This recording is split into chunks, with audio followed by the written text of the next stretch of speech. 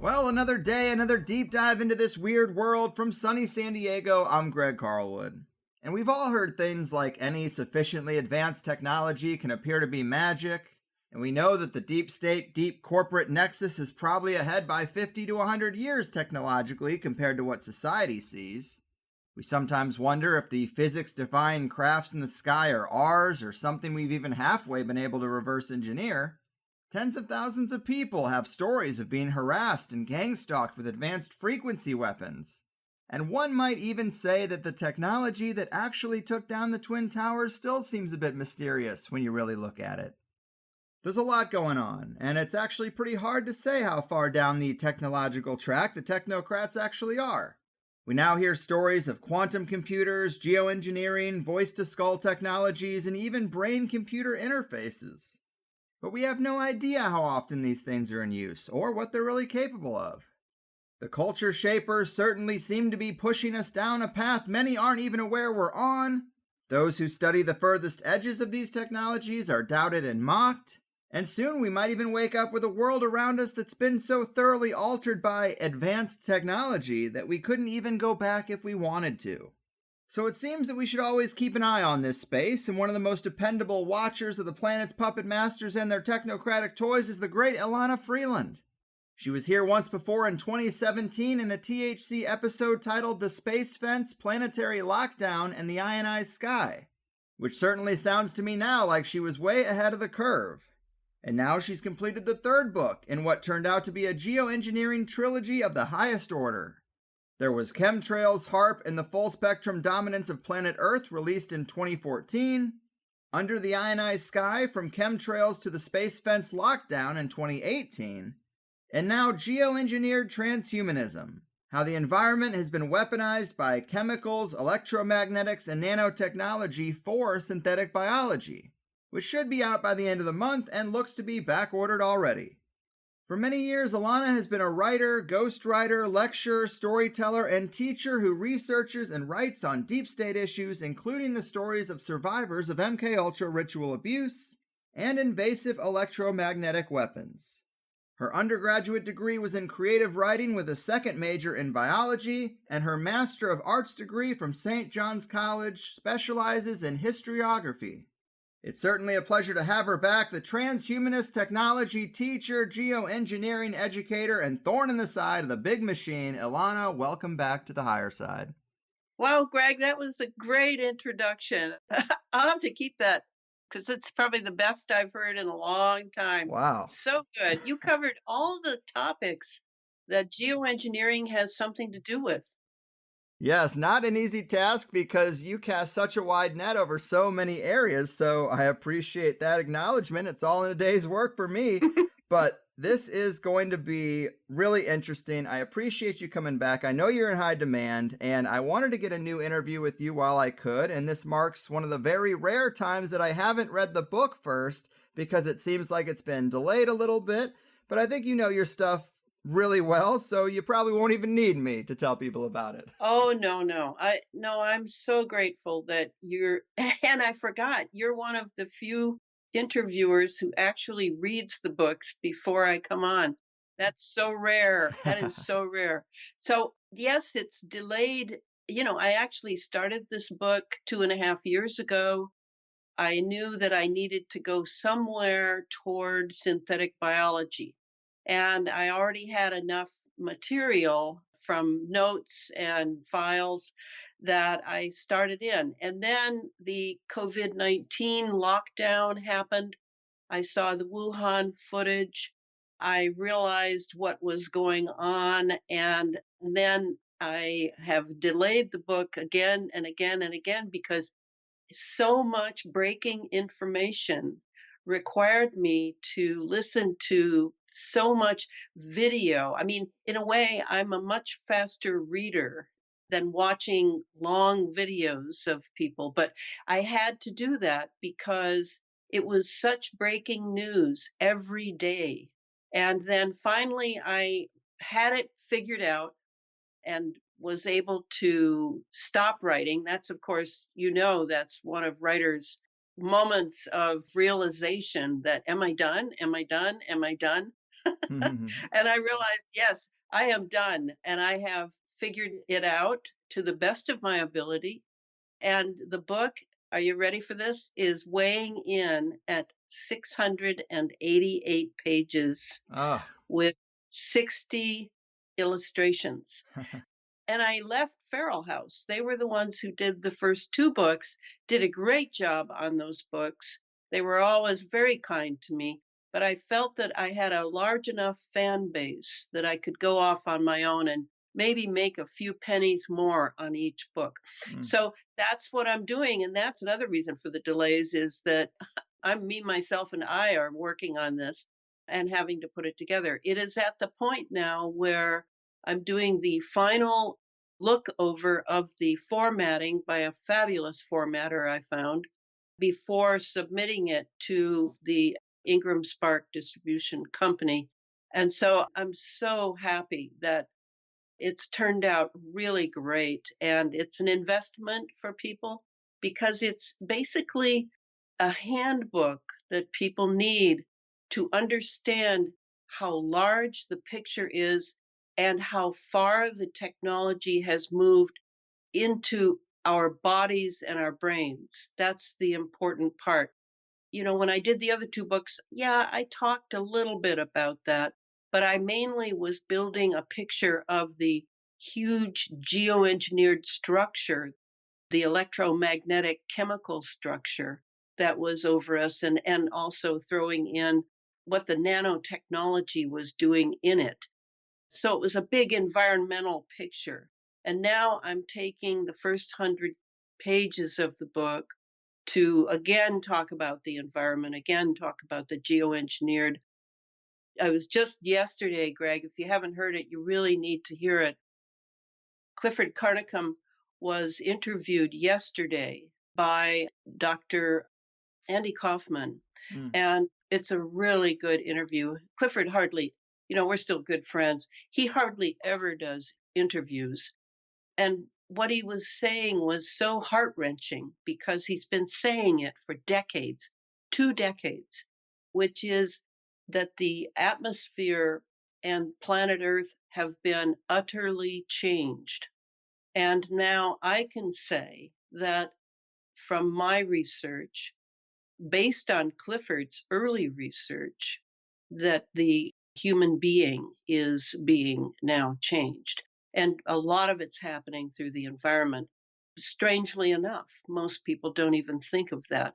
But because we've been inhaling and ingesting some of the items being delivered so that we would breathe them in and ingest them, as groundwork for what is going on now with this so called vaccination, which is actually gene alteration.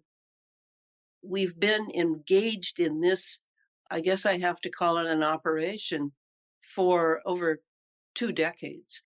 Absolute silence by the corporate mainstream media, absolute silence due to the National Security Act of 1947. So, to put all this together, I have that kind of mind that likes to see where all the pieces fit, and I know very, very well that the devil hides in the details. So, reading my books is a tour de force in itself because of all the footnotes, etc. But these books are written for laymen and they are science books. But in this book, I go even further than I did in the last two. It's not just endless technology, it's also I'm bringing in some esoteric aspects that I have learned from Rudolf Steiner, from various things I've read over the years by people who can do a new type of thinking, a type of thinking that is not just abstract as though you're in grad school, but is actually something that has the spirit in it, the part that defines the human being best, not just the physiological components and the naming of all the different organs and the functions and all of those things that we love to do, but that you can really look at it from a different angle and see what it has to do with the higher self of the human being, those things that make us more than a slab of meat here for a few decades. And I spend quite a bit of time on that. I also make no bones about it that there is criminal activity, that we have departed from our legal structure, that the technocrats have pretty much taken over illegitimately while the people are being entertained and have their fancy iPhones and all of their gear that they like for comfort and convenience. We've been taken advantage of. And now, suddenly, the huge shocking event of the last year and a half, people are waking up to what the technocrats had in mind all along.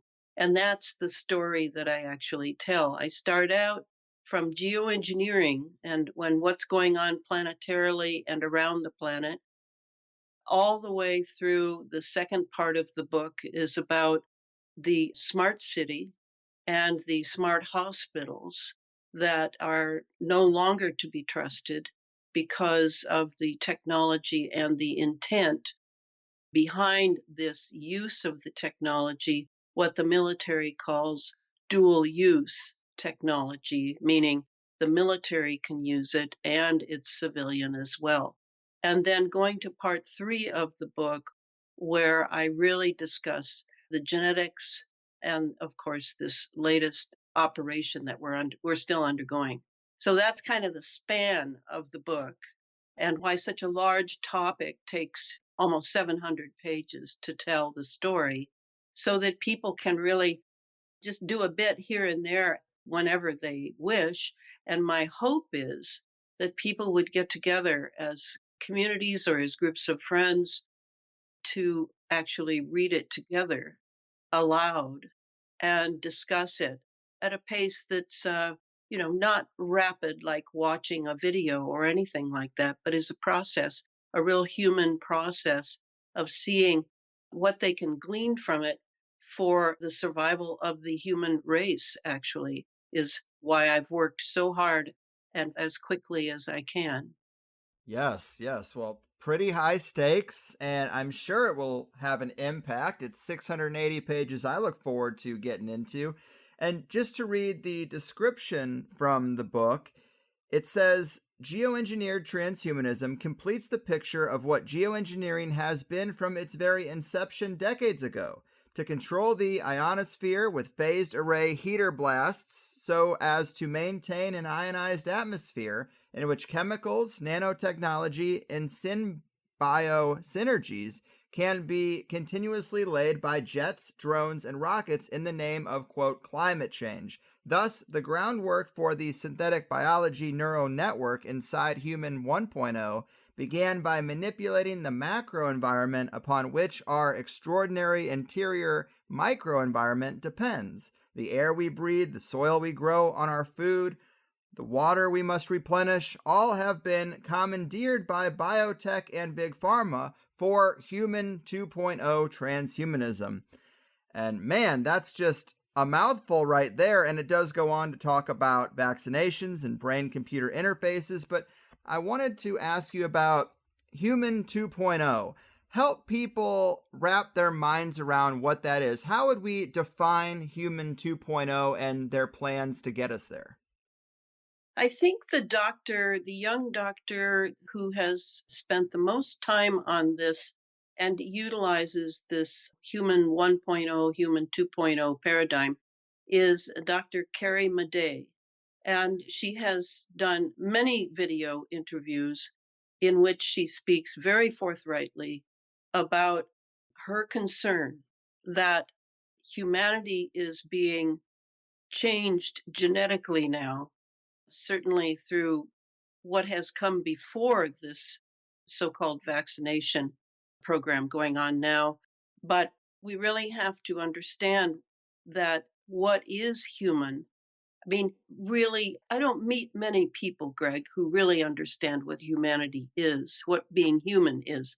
We tend to think of it as the way that our media leads us. And that would include our movies and television. And of course, a lot of networks who put up these things and producers of film are interested in creating dramas so that people will pay good money to go and have a lot of sensations. They're not really interested in meaning and in presenting human beings in a favorable light. It's much more about shoot 'em up, particularly in America. I mean, I really like detective stories.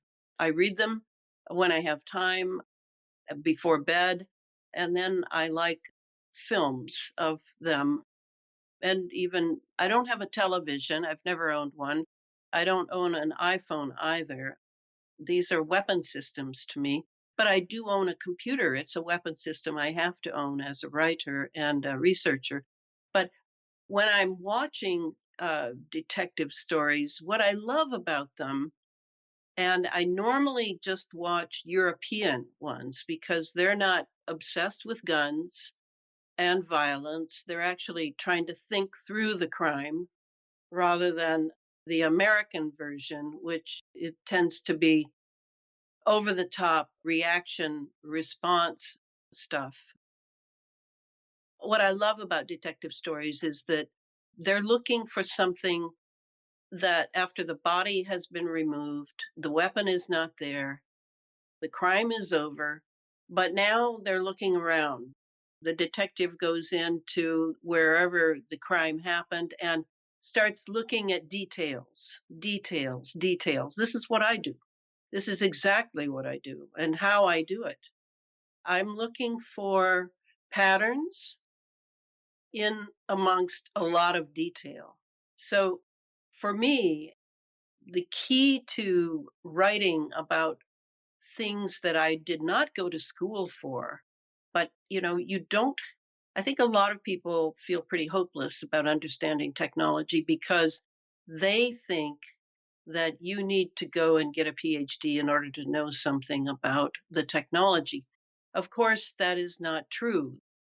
Only Americans now think that. It used to be in the 19th and 20th century, there were a lot of individuals who had a good innate native intelligence and were able to go and do research and do a lot of experiments in order to see what parts of the research were true.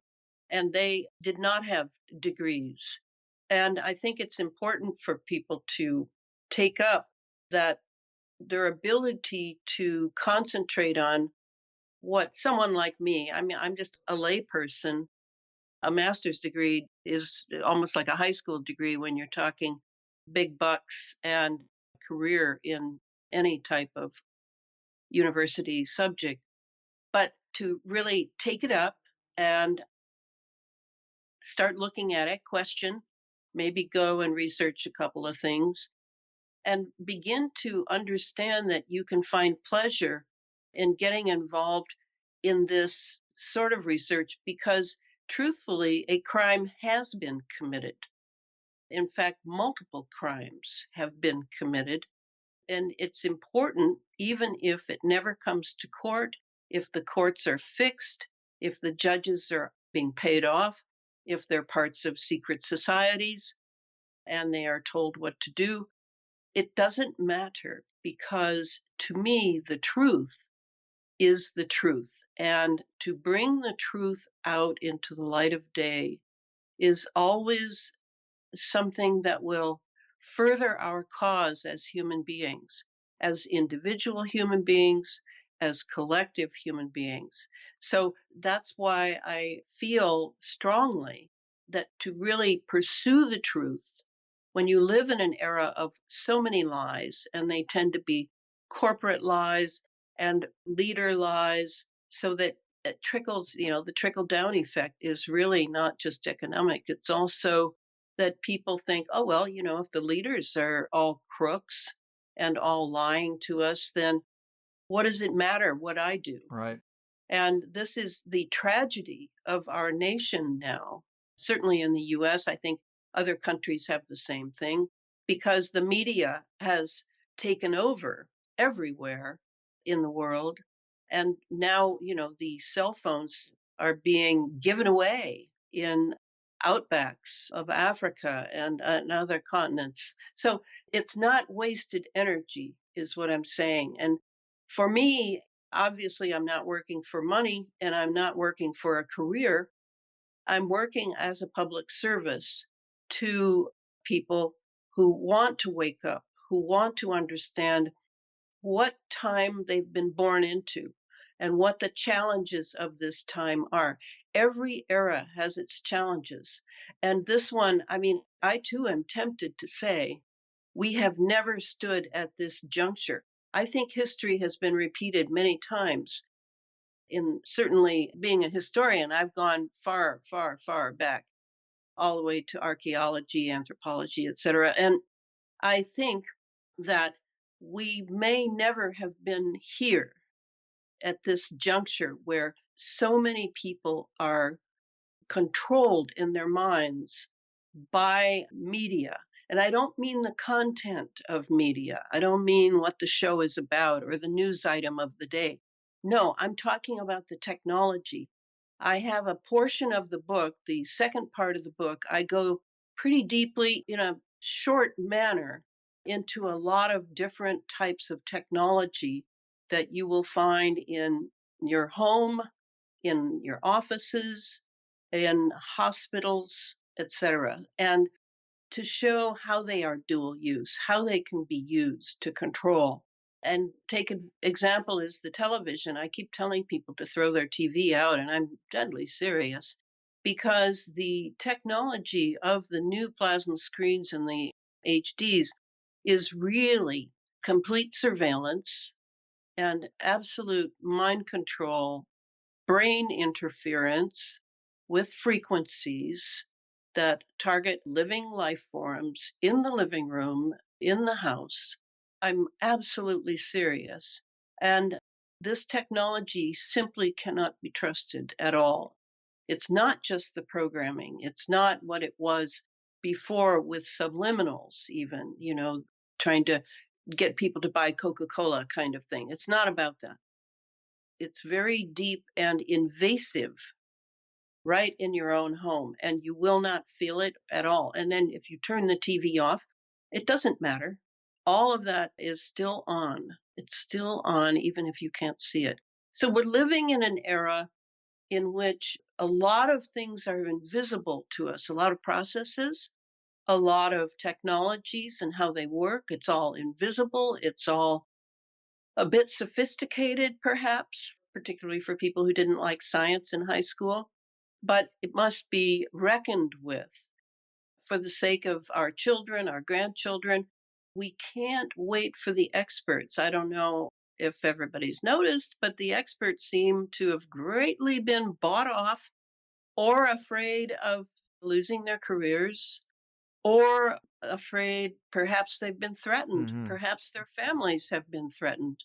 So we can't wait for the experts to come and bail us out here. Right. We really have to start the effort as a collective humanity to learn about the technology. And people say to me again and again, but what can we do now? What can we do now? Well, that's the American trait, isn't it? It's almost as if we say, if I can't do anything now, then I feel hopeless and I'll get depressed. It's not about protesting in the streets. It's not about forming groups necessarily. All those things can be done. But what I'm talking about is where you really get hold of your mind before it's completely taken by the technology you are not studying. And if you study it, yes, it will be depressing at first to realize that, all these TV shows you love or whatever it is, your iPhone, that they are actually being used as weapon systems against you. It's depressing. You'll get over it. Yes. I got over it. I got over it. Well, yes, it is a lot we're dealing with. And I too sometimes wonder how bad the problems with the smartphones have to get before people actually consider getting rid of them. It's like no one even considers the possibility that maybe I can live the rest of my life without it. But it is interesting that you brought up Dr. Carrie Madej because I was going to ask you about this. Obviously, you can really go down the rabbit hole and hear all sorts of claims about these technologies and these shots, and they're really hard to vet because we've never seen anything like this. And I've heard you mention Dr. Carrie Madej before, and she is quite popular with the alternative crowd. And the latest thing I've heard from her is this, where she says, looking at the Moderna vial under the microscope, there was one particular organism that had tentacles coming off of it, and it was able to lift itself up off the glass slide. It appeared to be self-aware or able to grow or move in space, which is pretty far out. But you also mentioned Rudolf Steiner, and there was a time when he even talked about something like this coming in the future, saying humanity will have to dwell together with these ghastly mineral plant-like spiders. People will have to seek their future progress in cosmic evolution in the evolutionary stream that this spider brood will then assume. And man, for an intuitive mind like Steiner to say something like that 100 years ago, I just would have thought that we would have a tough time making sense of such a thing. But here we are, and as far out as it is, there are some threads that connect. What do you think about this idea of some kind of tentacled, self-aware organism in the vaccines? It feels like there's so many people looking at these vials that, I don't know, more people should be talking about this. What's actually in those vials that worries you that isn't being talked about? Well, the vials they're injecting into human bodies. We know, I assume we all know, that this is a grand experiment. This is a huge, I mean, how much bigger could it get? And there is this immediacy to it, as you notice, the pushing for people to be vaccinated. But what's going into us as a species is definitely genetic, and it is altering our human genome. There is no question about that. Whether it's the first jab, the second, or the third, or the 10th, I don't know. But I know that that's one of the things that's happening. The human being's body and relationship with its soul. And that's where Steiner came in very strongly. And I think the first two doctors to mention that were Dr. Tom Cowan and Dr. Dietrich Klinghardt.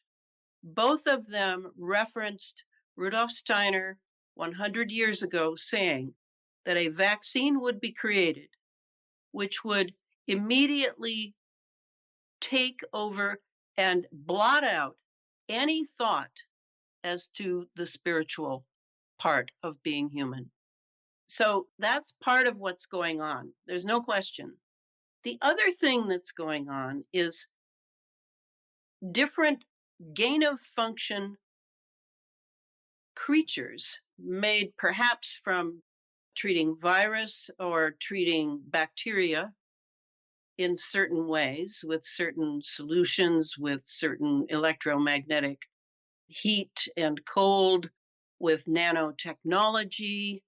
These are being implanted in people where they go dormant as they wait and anticipate a 5G, 6G zap in a way that will call them forth to do whatever they've been programmed to do. And these are what there's a patent that I name in the book. It's a very good patent to read. It's about the creation of inorganic life forms. Now, inorganic and life sound like an oxymoron, right? Because we tend to think of life as organic and inorganic as perhaps the mineral realm or something. But this says that they are creating inorganic life forms. All right, that's part of what's going on genetically. And those are being put in bodies as well. And when Dr. Madej and then other people, I think the doctor from South Africa also was looking at certain discs that she found in the sample of a vaccine in a vial. You can see that, for one thing, let me clear something up. There is not one batch of each of these pharmaceutical corporations. There's not one batch. They have multiple batches, and they are distributing these batches to varying nations, peoples, ethnic groups, gender groups, age groups, you name it. They have it very, just as the Nazis did in the 30s and 40s. They are very organized to keep extremely close records of this. And as you know, since we all went through the graphene oxide shock of seeing what graphene oxide really does in the body, that's shocking enough when you see that video.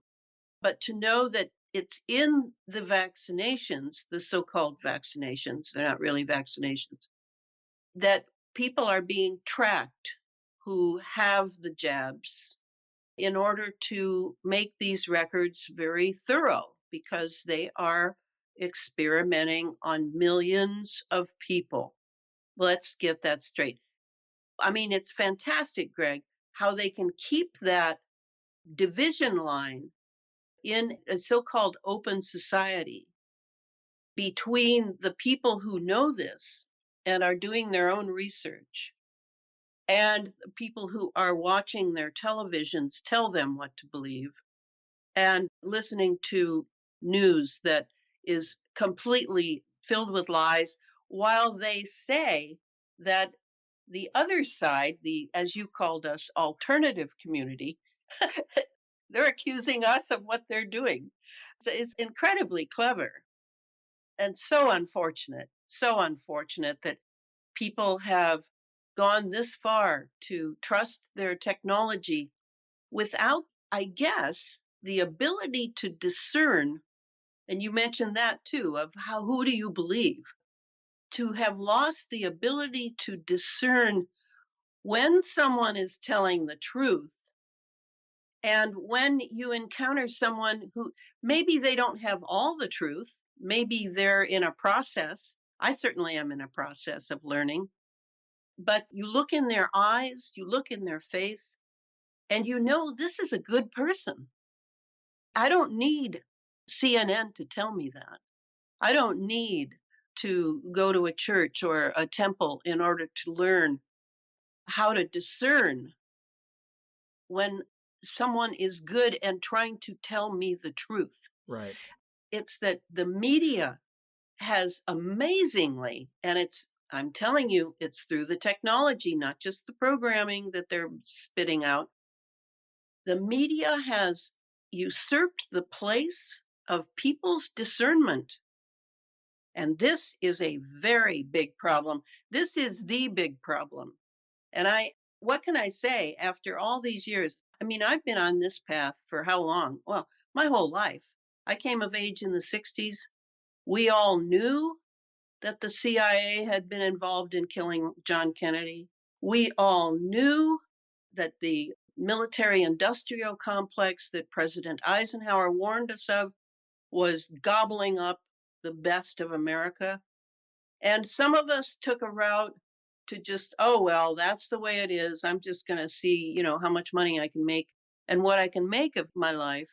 While others of us were bothered by it and kept researching and never quite settling in to the deception and the lies and the subterfuge of the CIA running pretty much the American government. So the problem today is that this split in us, and of course, divide and conquer works very well, has for thousands of years in human culture. This could be resolved if people would only take back their discernment. But here's the question: can they take back their discernment and still keep their technology? I don't think so. Right. I don't think they can. At least the cell phone and the TV have to go. Well, I know that is painful for people to hear, but I do think it's true. And you're right, discernment is in short supply. Let's hone in on the nanoparticles that are in the air, water, and food, this digitization of the natural environment. This is something that I think this audience is open to, but where is the smoking gun evidence where we can say, look, here's this stuff in the air or the water, and it's not supposed to be there? If it is ubiquitous, it should also be detectable. Advise people on how to detect these particulates or just how to prove these things to our friends and family because they need to be confronted with the evidence, and that seems to be in short supply. Where should they go to get it? Well, I mean, Greg, we haven't known how electricity works since we were flipping on the switch back in the 19th century. Fair? I mean, you're talking invisible technologies now. And invisible technologies, the nanotech is not exactly like electricity, but it has elements of the quantum world. That's my own term, the quantum world. But the quantum mechanics, if you know anything, and I'm opening in a way another can of worms here, and I'm not going to go very far into it, so people don't need to get scared. Quantum means that it's sort of not in this world. I think the first time we saw this was the Heisenberg principle, which was when Heisenberg and others realized that with certain processes going on in labs and the measurements of those processes, that actually by having a human consciousness near what you were measuring, it would turn out differently all the time. Right. And this was like, what? How could this be? We're measuring. Stay where you are. But what the quantum physics has shown us is that whatever is going on in this universe is actually a process. It's not a thing. And we're very good in the West at naming things, at measuring them. But there are certain parts of the reality that we're faced with which are invisible. And that's where someone like Rudolf Steiner, whom I consider to be the best in this area, where you're looking at what he calls sense free thinking. And he sees thinking, a lot of people see thinking as, oh, well, I need to stop and get a quart of milk on my way home. Well, that's not the thinking he's talking about. That's not even really thinking. Thinking is a spiritual activity, he says. And if you talk to the quantum people, who also are dealing, in a sense, with the spiritual realm that is unseen and sort of embedded in this reality that we all call real. It's the sense free thinking is what you have to do in order to figure out the laws of the realms you can't see. And the West has been quite good at this. And now it appears, to me anyway, after having spent 2.5 years writing this book, that they've gotten very good at some things. And you said at the beginning of the show that some people say they're 50 to 100 years ahead of anything we know about.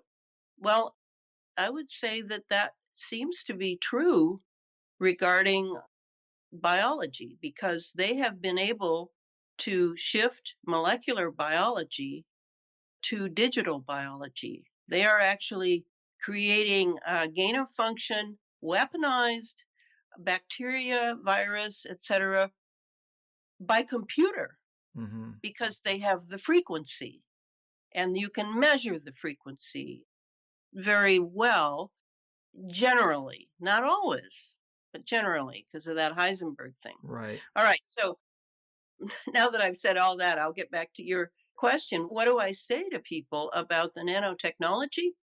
I say that I read a couple of books on it and discovered that, it was basically invented or discovered, I think is the better word, discovered as something that could be turned to a scientific and therefore military pursuit in 1970s when Eric Drexler the so-called founder, was in grad school and had kind of figured out how it worked. And what he wanted, he had this great idea.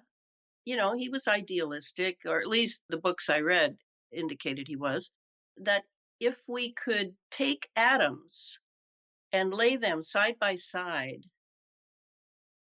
at varying, maybe 5 atoms, maybe 500, whatever it is, we would be able to make these nanoparticles, not the natural nanoparticles that are in the universe. There's a lot of, there's dusty plasma up there. There's a lot of very, very tiny, because a nanoparticle is 1 millionth of a meter. That's how tiny it is. But you would take nanos and you would build them with atoms. So by building them with atoms, now you're right up against the beginning of the quantum realms, the parallel dimensions. Mm. And how many parallel dimensions have been discovered? Well, at least 26. How many do you and I think we have? 4, right? No, there are 26 have been discovered in physics, and that's typical, but I think it's many more. Yeah. I think there are many, many dimensions.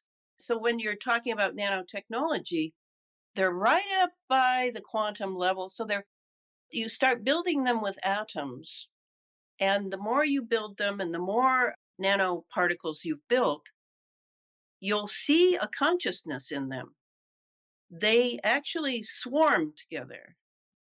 They are a collective in a way. They're like a collective being. And they also self-replicate very quickly. And you've heard that these so-called vaccines, these inoculations, these vials are filled with nanoparticles, filled with it. I mean, massive, massive, trillions, trillions. And they are getting into the body, into the blood, and they are reproducing. Hmm. Not reproducing in a sexual way. Replicating is the better word. Right. So, okay, that's nanotechnology. Now, how can I prove that to people? Well, I have only one proof I can offer, because otherwise you're going to have to think side by side with me in that sense free thinking in order to understand this invisible realm. And I don't feel apologetic about that. There's a lot of things. I mean, what about radio waves? I can't see those either, but I can see the effects of them. And so we have to stop whining and complaining about not being able to see these things and feeling, oh, well, there's nothing I can do. Well, that's not true. You can find out how they work, and you develop, and I have developed it. I can feel the nanobots moving in my body from time to time. I have them. You have them. We all have them. Clifford Carnicom told us that at least 15 years ago. Hmm. But because you can't go to a doctor and have them removed or take a drug and they all die, it's not like a parasite. And these are very tiny. Most doctors you go to, they don't know anything about nanotechnology. Right. So the nanos are something that we have to come to terms with. And that's what I'm getting known for saying, is that, okay, if they have and I'm sorry, I didn't tell you the one visual thing I'll give you. All right, when we had the fires in California, the Paradise Fire, Jamie Lee, a videographer, very, very active guy down in California, right in Santa Rosa, right in that area. He did about 100 videos regarding those fires because he realized they were made with geoengineering. They were triggered on the ground already after 2 decades of the jets flying and dropping all sorts of nanoparticles on us, along with everything else. Those nanoparticles, many of which were aluminum, all had fallen into the soil, certainly in drought infested California. And that drought is not natural either. There is no natural weather anymore, to tell you the truth, Greg. Mm-hmm. It's all engineered. It's all engineered. I agree. And let me ask you this, because you mentioned bringing in the esoteric aspects in this new book, and you mentioned a few things there. I have heard you talk about AI in very provocative ways where it sounds more like a demonic spirit than some digital software. That the elite are finding people who are willing to let these intelligences take them over to some degree, like as if the foot soldiers of the elite are already in this category of being like a demonic walk in of some kind. And maybe there's some demonic force driving this technology that we call AI. We say it's a artificial intelligence, but it might be a otherworldly intelligence that just uses the computer or the AI to express itself. What do you think about that? Oh, you're taking me way, way away from what I was talking about. Okay, all right. Well, I'm trying to jam that into the first hour because so many more people will hear that portion. And so I definitely wanted to give them a little bit about that. All right. So I don't know if you've seen the pretty famous or infamous little video clip of Geordie Rose. Geordie is was the chief technology officer at D-Wave Computer. Mhm. And D-Wave is produced up in British Columbia and is a quantum computer. And what that means is it's not only intelligent, but maybe it's even self reflective. So when Geordie was talking about his adoration of this great discovery that they have there at D Wave, he was addressing an audience. I don't know who it was, but he said that when he stands beside the D Wave computer, and it looks remarkably like that that monolith that's floating around in the universe from 2001. Remember A Space Odyssey Right. back A in, black cube. well, not a cube, it's a rectangle, but it definitely reminded me of that picture that we received in that film in the late 60s, a long time ago. I mean, how far back does pre programming go? So, Jordy then says that when he's standing beside it, the D Wave, he feels like he's standing at the altar to an alien god. And he wasn't laughing, it was not a joke. And then another time he was talking, he talks about how, see, he knows that CERN has a D Wave computer. He knows that, a lot of people, Lockheed Martin has a D Wave, Google has a D Wave, all the big boys. Not all the military, almost all the military has the D Wave, but some have chosen other computers. All right, so Geordie knows that the CERN D Wave, he must know something about what's going on because, there are lots of rumors. And in the last book, I don't know if you read that one, but I have the chapter entitled The Temple of CERN. And I talk about the rituals that go on at CERN and a lot of esoteric information about that. So then Geordie says, we're bringing in the old ones. And okay, old ones. Let's see now. That is back with H.P. Lovecraft, as I recall. And he's talking about the old ones. They are pretty ugly, but they are like ugly gods Hmm. with a small g. So, yes, there is something going on that is extremely esoteric. And of course, everyone's been convinced that it's all hooey, that, it's only conspiracy theorists talk about that and poo poo this and poo poo that. And they're missing the point. And of course, this makes the elites very happy that they have, within what, 3 generations, not only destroyed Christianity in America, which they despise, by the way, and will take over churches wherever they can and satanize them, not sanitize them, satanize them. But they have their own idea of what they want this world to be used for and to whom this world should belong and continue to belong. So, yes, this is a drama going on underneath the drama that's going on now. And now and then people will sort of wake up a little bit and go, "Well, what? What? What?" Like this blood condition you're talking about, or actually, you're not talking about the blood, you're talking about what's in the serums. Hmm. These creatures, yes, welcome to not just immoral, but amoral science, where if you can do it, go ahead and go for it. As Aleister Crowley liked to say it, do what thou wilt shall be the whole of the law. And that's what America, in its love of so called freedom, I don't know what kind of freedom people think freedom is, but the freedom I know about is something that one has to be very responsible for. It's not whoopee and let's see what happens and we'll fix it later. So, yeah, there is this demonic, you can call it demonic, I don't care what word is used. To me, here's how it works: you abandon your humanity.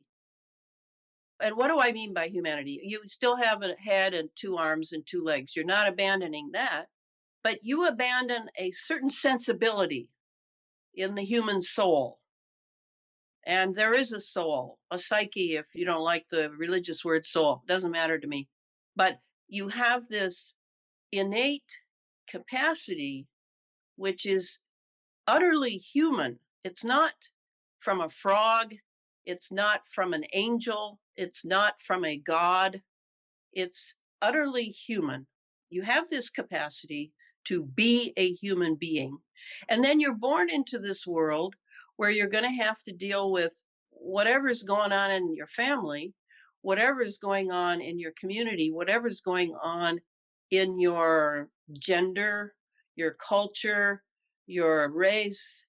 All these things you have to come to some degree of knowledge and peace with. And it's a lot.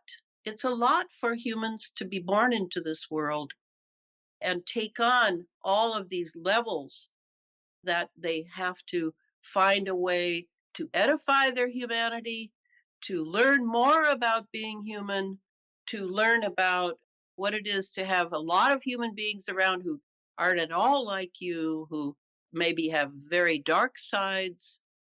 And when these scientists and these doctors and whoever go into science, I think they have to grapple with the power that science could give them.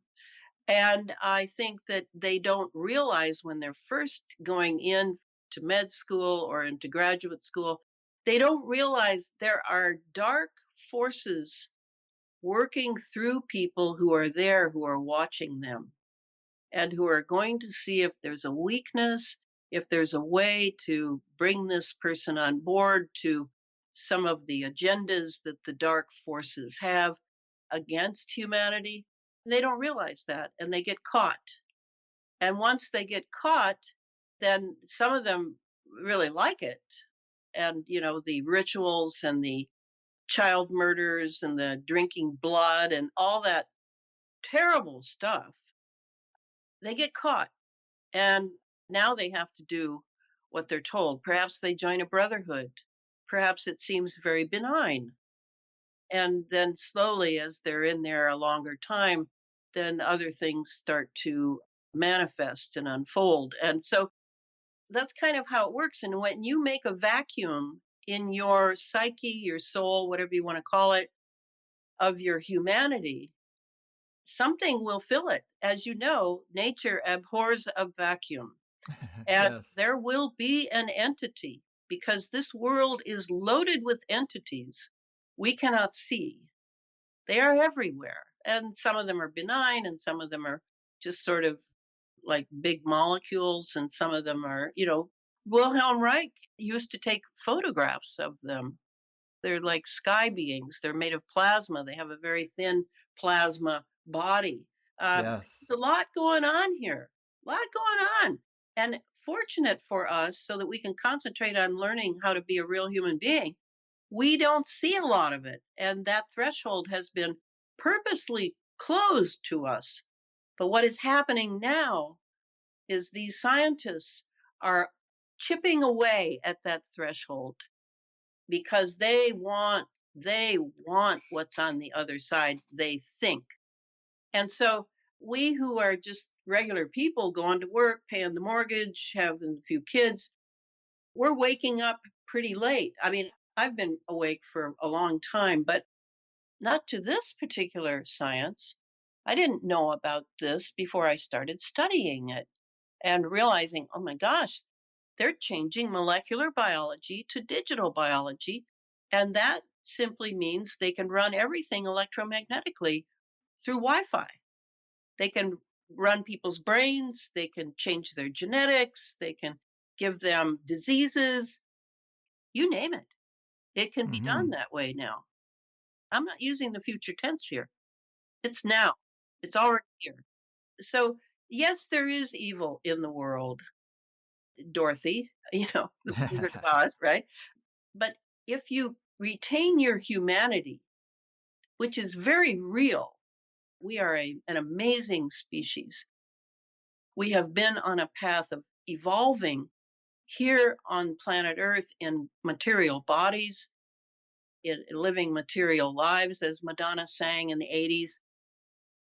We have a lot of challenges. And what we do affects our humanity in toto, everybody. It's not just you who opts out, who, smokes a lot of pot, drinks a lot of alcohol, looks at very sketchy things on the internet. You know, it's not just about you. It's about all of us. It's about all of us and Yes. retaining your humanity. Well said. Well said. That's very true. And the full paradigm and structure of reality, many people just don't even recognize it. So it's hard to understand the game if you don't even have the right game board. And that seems to be the situation. Before we go, I was also going to ask you about the potential for any other brave researchers that you respect that we might also want to highlight for people in these troubled times, lights in the darkness, ways to follow up on the overall thesis here. What do you think? Who are some of the other people that you stand arm in arm with? Oh, well, I mentioned that Andrew Kaufman had done that interview with Clifford Carnicom. Very good. I hope you'll see that. That was just yesterday. And I did have an idea. Someone I really like is Michael Hoffman. Michael Hoffman wrote a book in 2001 called Secret Societies and Psychological Warfare. And it's a short book with lots of pictures. And what he's trying to do is to show people how symbols and what is known as twilight language is affecting people and trying to control them. And now, 20 years later, he's come out with another book, and it's called Twilight Language. And I'm actually reading it right now. I think he's very good verbally. He's an excellent writer. He's conservative. And yet, here he is talking about the CIA and all the secrets that have gone on, the Freemasons, etc. I think knowing about this realm of the subconscious, where our subconscious is being manipulated by many of the elite who belong to secret societies and know how to do this. I think that that's very important to break through those barriers to our subconscious so that we can be more unified and not be so conditioned to think only of intellectual things and numbers and measurements and things. That would be one of my recommendations. Mm-hmm. Awesome. Well, right on. Elana, great to talk to you again. This book seems so dense and heavy and interesting. I am excited to get my hands on it. As we're wrapping this up, remind listeners where to get this book because I believe it is quite limited where they can get it and maybe any other platforms they can follow you on and keep up to date on what you're doing. Well, they will be able to get it probably through the distributorship of the Ingram Spark people I'm going to go through by going to their bookstores. But right now, the pre-order is at about 300 people, and that is through the Rudolf Steiner bookstore in Seattle. They can find it on the net, Rudolf Steiner bookstore, and there's even a special place for this book. And that book will be available, I think, by the end of the month. I mean, I think I'm going to be submitting it for publication by this Friday, or at the very outset by Monday. Wow. Very exciting. Yep. Having a baby takes a long time, I'm finding. Oh, that's funny because I have a baby due any day now. Oh my gosh. Oh, Thank congratulations. you. Thank you. Just a funny terminology to use. And man, this has definitely been a lot of fun. I mean, sad, but interesting to learn about. And I appreciate your work and dedication. I guess I'll say cheers to the great crossover. Happy to be here with you and keep fighting the good fight. Yes, yes. Thank you so much, Greg. You got it. Have a good one.